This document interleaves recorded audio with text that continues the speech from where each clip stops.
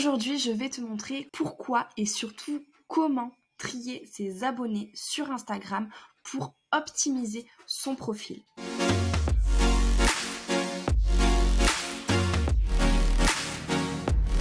Hello, j'espère que tu vas bien, c'est Marine et je suis ravie de te retrouver dans cette nouvelle vidéo pour t'expliquer pourquoi il est important de trier ses abonnés sur Instagram et surtout comment le faire.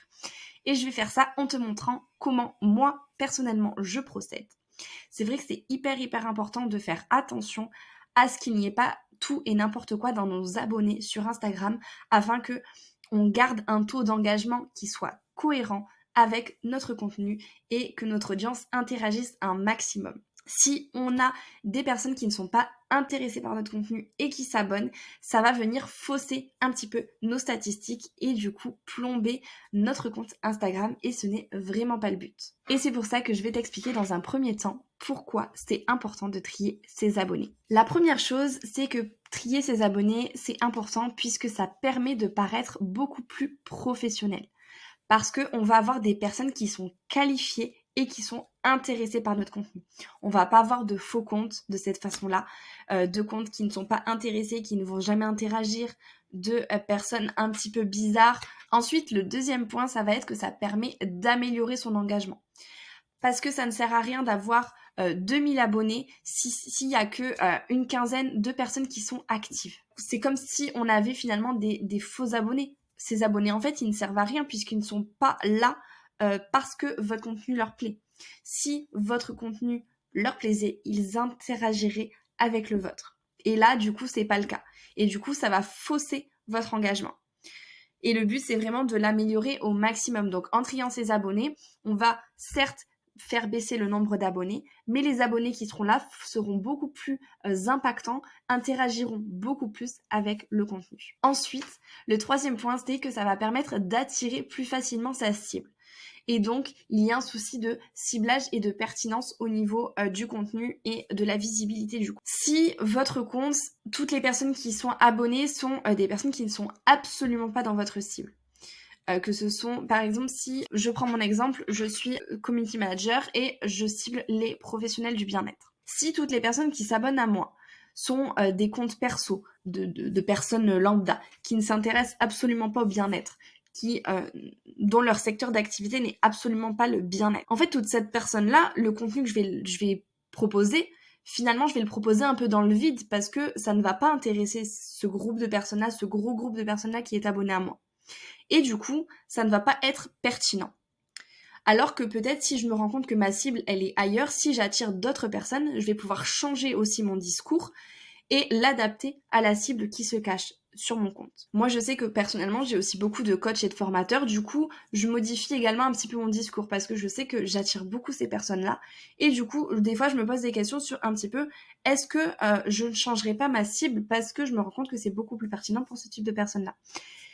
Mais attention, voilà, il faut faire attention à bien cibler, puisque si le contenu que vous faites et le contenu est ciblé, mais qu'il ne correspond pas à la cible que vous avez, aux personnes qui sont présentes sur votre compte, ça peut poser problème.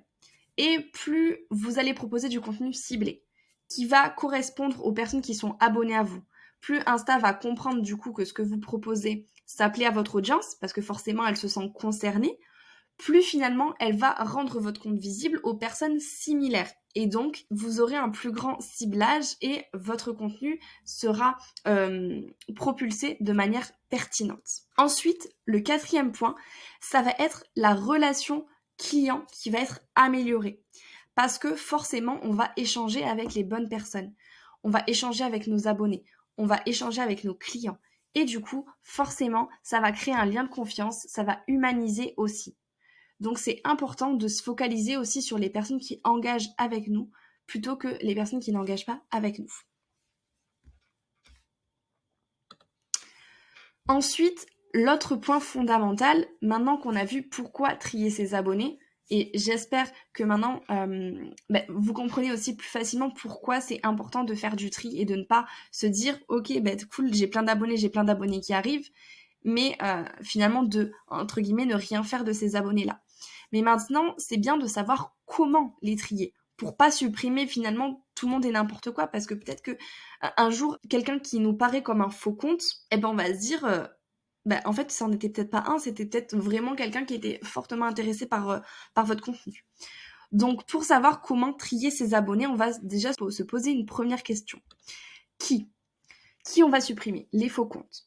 Souvent, les faux comptes, ça va être des comptes où vous avez plein de photos qui vont être publiées un petit peu à la dernière minute et qui s'abonnent à plein de personnes.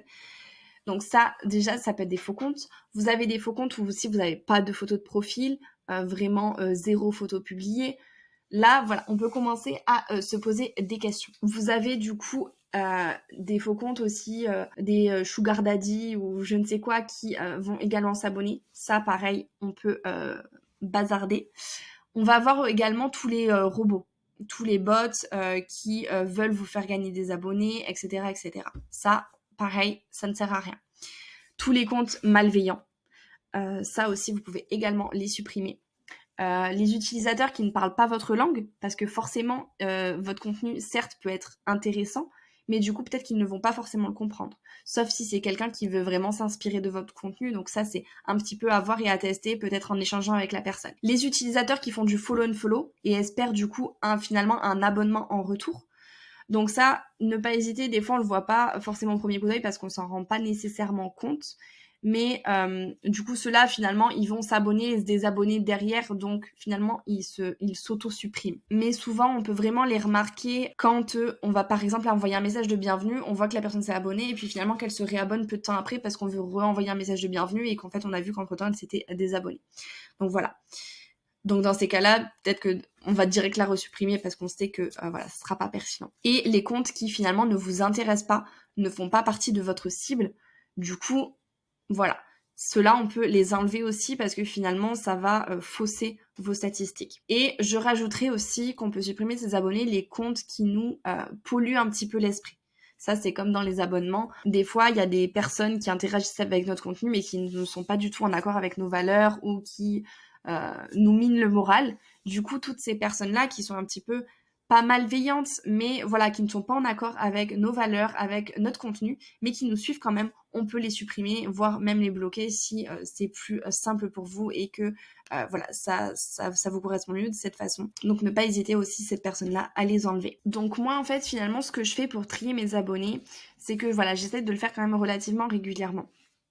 Et il ne faut pas hésiter au-delà de trier ses abonnés, de la même façon à trier ses abonnements de temps en temps. C'est vrai que c'est important de les trier pour pas non plus laisser polluer l'esprit et pour vraiment aussi nous suivre des comptes pertinents et être sûr de suivre du contenu qui nous plaît, qui nous inspire, parce que peut-être qu'au fur et à mesure on évolue et on n'a plus les mêmes envies de suivi à l'heure actuelle qu'il y a 6 mois. Donc c'est important aussi de le faire également dans nos abonnements. Du coup, dans la catégorie abonnés, je te conseille de prendre 15 à 20 minutes de temps en temps pour faire un petit tri manuellement.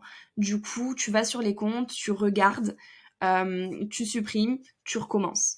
Et c'est l'occasion aussi d'en profiter pour passer et interagir sur le compte de tes abonnés. Donc peut-être que tu pars de tout en bas de tes anciens abonnés. Ce que tu peux faire également, c'est faire un classement par ordre d'arrivée. Comme ça, tu sais que tout ce qui a été fait dans un premier temps, c'est ok. Et après, la fois d'après, tu reprendras qu'à partir de un tel. Parce que tu sais que tu t'étais arrêté à lui la fois d'avant. Et là, comme ça, tu vas pouvoir trier et t'en profites au passage pour passer sur les comptes de tes abonnés, pour réagir à leurs stories, leur envoyer un petit message pour prendre de leurs nouvelles, demander voilà un petit peu comment ils vont, commenter leurs publications, etc., etc. Comme ça permet aussi d'engager des conversations et de rendre le tri beaucoup plus cool également.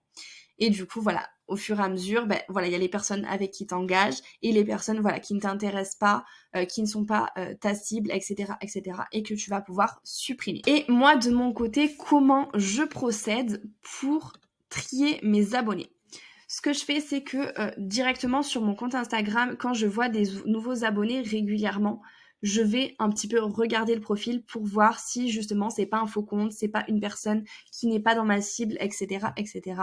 Et auquel cas, je supprime la personne directement. Comme ça fait déjà un tri de base. Et ensuite, de temps en temps, parce que forcément, de cette façon, on ne voit pas tout passer, parce que entre les messages, les commentaires, etc., des fois, il y en a qui passent un petit peu à la trappe.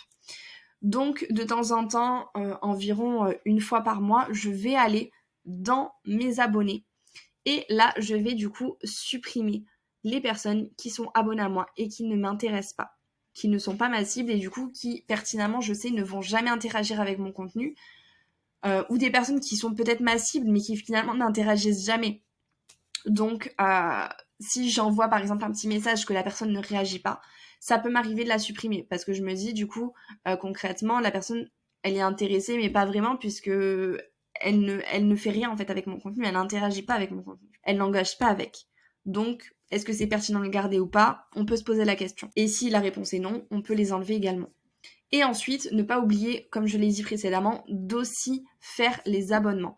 Moi, des fois, il y a certains comptes, ils me polluent un petit peu l'esprit, je ne suis plus en accord avec ce qui est partagé.